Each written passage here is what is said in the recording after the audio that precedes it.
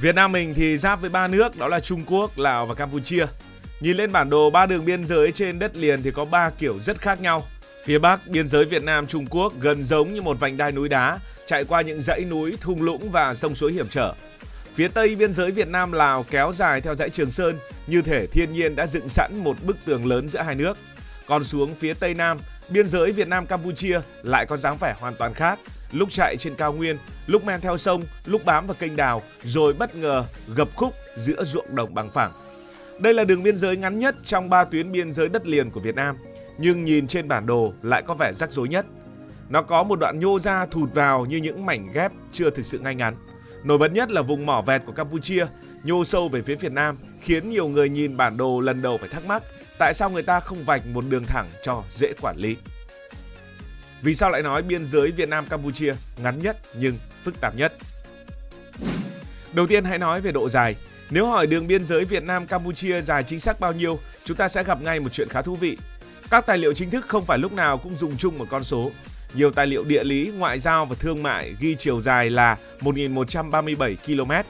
Trong khi đó, một số hồ sơ kỹ thuật về phân giới cắm mốc lại tính toàn tuyến khoảng 1.245 km.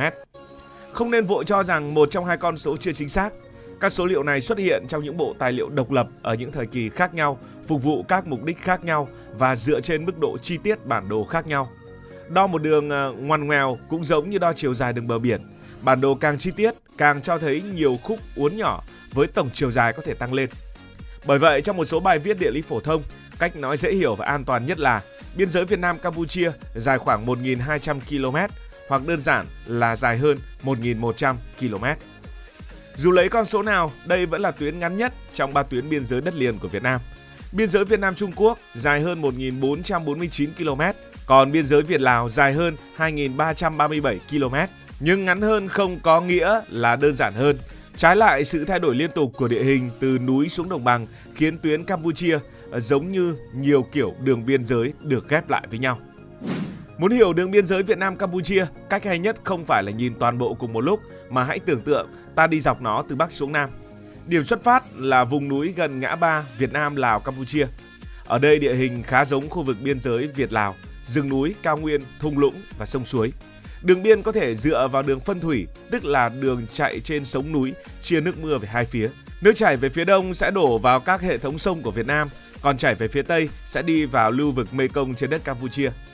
Tuy nhiên, càng đi xuống phía nam, các sông núi rõ ràng càng ít dần. Đường biên bắt đầu phải dùng đến những con suối nhỏ, những tuyến đường mòn cũ hoặc các đoạn thẳng nối giữa các điểm được ghi trên bản đồ.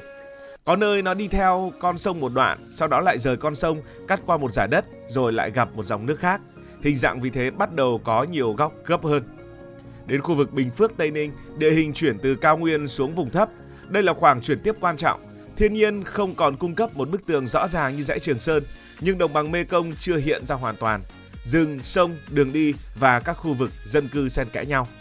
Vì vậy có đoạn biên giới dựa vào sông suối, nhưng cũng có đoạn dựa vào giới hạn làng xã hoặc ranh giới hành chính đã có từ trước. Rồi đường biên giới mới tiến vào đồng bằng Mekong, nơi câu chuyện trở nên rất phức tạp. Hãy hình dung một mảnh đất bằng phẳng, rộng, mùa mưa có thể ngập trên diện rộng, ruộng lúa nối tiếp ruộng lúa, kênh này thông với rạch kia, dân cư hai bên có quan hệ buôn bán và thân tộc từ nhiều đời. Trong một không gian như vậy, ta không thể đứng từ xa và chỉ tay vào một nơi chỉ để nói bên này là nước này, bên kia là nước kia. Người ta buộc phải sử dụng những dấu hiệu nhỏ hơn. Đó có thể là một con rạch, một bờ kênh, một con đường, giới hạn của làng hoặc một đoạn thẳng nối hai điểm xác định. Gần Hà Tiên, đường biên có quan hệ chặt chẽ với kênh Vĩnh Tế và hệ thống sông rạch xung quanh. Ở khu vực An Giang và Đồng Tháp, nó phải đi qua không gian của hai nhánh sông Mekong lớn, nơi dòng chảy, bãi bồi và bờ sông có thể thay đổi theo thời gian. Đặc biệt nhất là vùng mỏ vẹt, phần đất của tỉnh Svay Rieng, Campuchia, nhô sâu về phía Việt Nam. Nhìn trên bản đồ, nó giống chiếc mỏ của một con vẹt đang chĩa sang phía đông. Nhưng cũng có ý kiến cho rằng nó giống một cái mũi dao chọc thẳng vào lãnh thổ Việt Nam. Hình dạng ấy không phải do một dòng sông hay một dãy núi nào tạo ra. Chi tiết mình đã làm về vùng mỏ vẹt và tỉnh Svay Rieng trong một video khác. Vậy đường biên giới Việt Nam-Campuchia hình thành như thế nào mà phức tạp đến như vậy? Thì ngày nay, chúng ta quen nhìn biên giới như một đường mảnh rõ ràng liên tục trên bản đồ. Nhưng trong phần lớn lịch sử Đông Nam Á, biên giới không tồn tại theo cách như vậy. Giữa hai vương quốc thường là một vùng rộng, quyền lực mỗi bên càng đi xa kinh đô càng trở nên mờ nhạt, và đó là một vùng chồng lấn lên nhau. Một ngôi làng có thể nộp thuế cho một chính quyền nhưng đồng thời buôn bán và chịu ảnh hưởng văn hóa từ phía khác. Cư dân đi khai hoang, đánh cá, chăn thả hoặc mở chợ, không gặp hàng rào hay cột mốc. Vì vậy, trước thế kỷ 19, khu vực Việt Nam Campuchia chủ yếu là một vùng biên chứ chưa hẳn là một đường biên. Vùng thì rộng, đường ở đây thì phải rất rõ ràng. Từ thế kỷ thứ 17, cư dân Việt bắt đầu mở rộng xuống khu vực Đồng Nai, Gia Định và đồng bằng Mê Công. Quá trình này không diễn ra trong một đợt duy nhất mà kéo dài qua nhiều thế hệ. Người dân đi trước lập làng khai hoang, chính quyền đi sau tổ chức quản lý thu thuế và lập các đơn vị hành chính. Trong khi đó, cư dân Khmer vẫn sinh sống lâu đời ở nhiều khu vực, còn Campuchia thường xuyên nằm dưới ảnh hưởng của Đại Việt và Xiêm. Bởi vậy, ranh giới thay đổi theo từng thời kỳ. Có nơi quyền quản lý được xác lập khá rõ, nhưng cũng có nơi chỉ tồn tại trên danh nghĩa.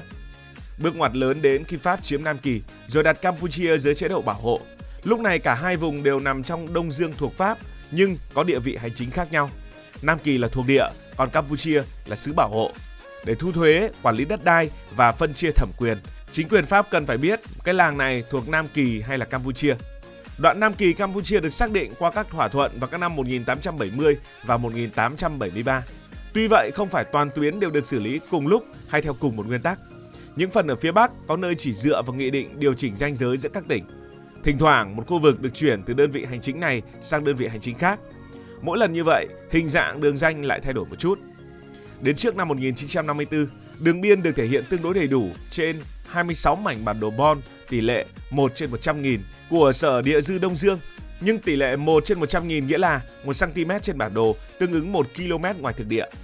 Một nét mực tưởng chừng rất nhỏ cũng có thể bao phủ một dải đất rộng hàng chục hoặc hàng trăm mét.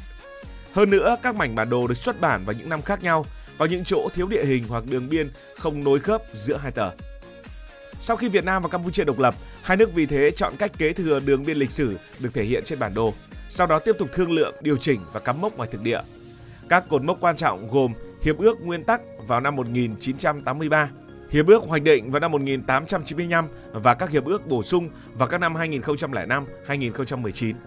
Như vậy, đường biên hiện nay là kết quả của nhiều lớp lịch sử chồng lên nhau, ranh giới vùng miền thời phong kiến, sự mở rộng các khu dân cư, ranh giới hành chính thời Pháp và những thỏa thuận giữa hai quốc gia độc lập sau này.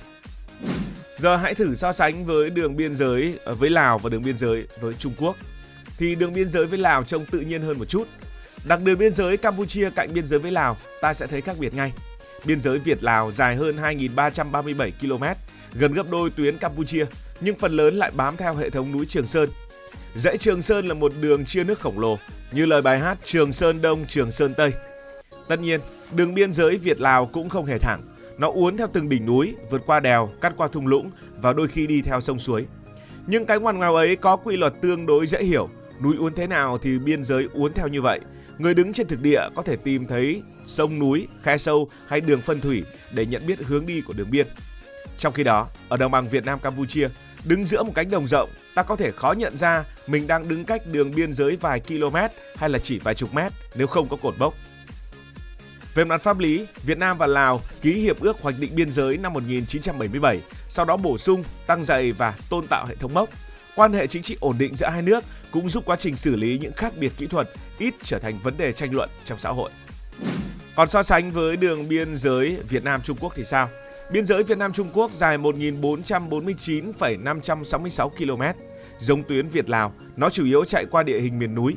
Có những đoạn bám theo sống núi và đường phân thủy, có đoạn đi qua thung lũng, có đoạn chạy giữa sông hoặc men theo các dòng suối biên giới. Nhưng lịch sử tuyến Việt-Trung lại rất khác Việt-Lào. Đây là vùng tiếp xúc giữa hai quốc gia có lịch sử lâu dài, từng nhiều lần xảy ra chiến tranh, tranh chấp và nhiều cuộc thương lượng. Đường biên giới hiện đại cũng kế thừa một phần Công ước Pháp Thanh cuối thế kỷ 19. Sau nhiều thập niên đàm phán, Việt Nam và Trung Quốc ký Hiệp ước Biên giới trên đất liền vào năm 1999, hoàn thành phân giới cắm mốc cuối năm 2008 và đưa 3 văn kiện quản lý biên giới vào hiệu lực vào năm 2010. Nếu chỉ nói về đường biên giới đất liền, tình trạng pháp lý của tuyến Việt-Trung rõ ràng và hoàn chỉnh hơn tuyến Việt Nam-Campuchia. Bên cạnh đó, tuyến biên giới Việt Nam-Campuchia cũng có nhiều vấn đề nhạy cảm. Lý do đầu tiên nằm ở ký ức lịch sử. Đồng bằng Mekong không chỉ là một vùng đất, mà đó còn là không gian gắn với nhiều cách kể khác nhau về quá trình định cư, mở rộng lãnh thổ và thay đổi quyền quản lý.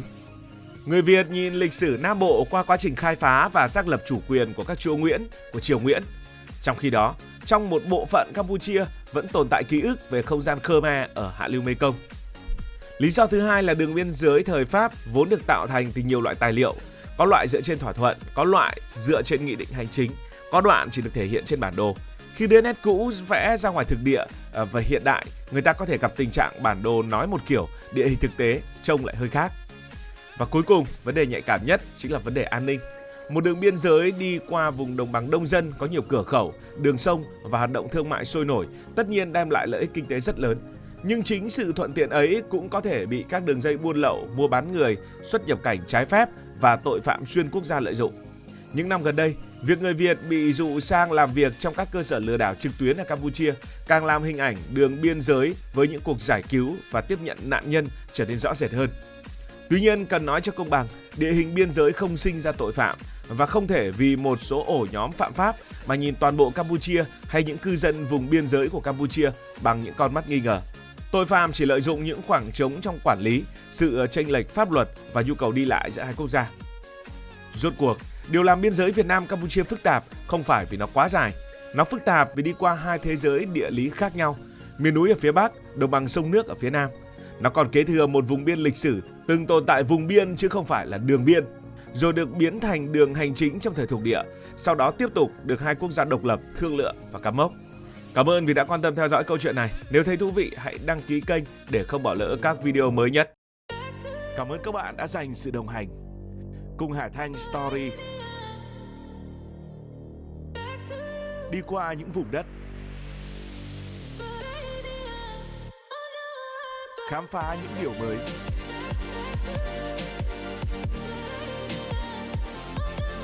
Đừng ngần ngại, hãy để lại những góp ý và xin được hẹn gặp lại.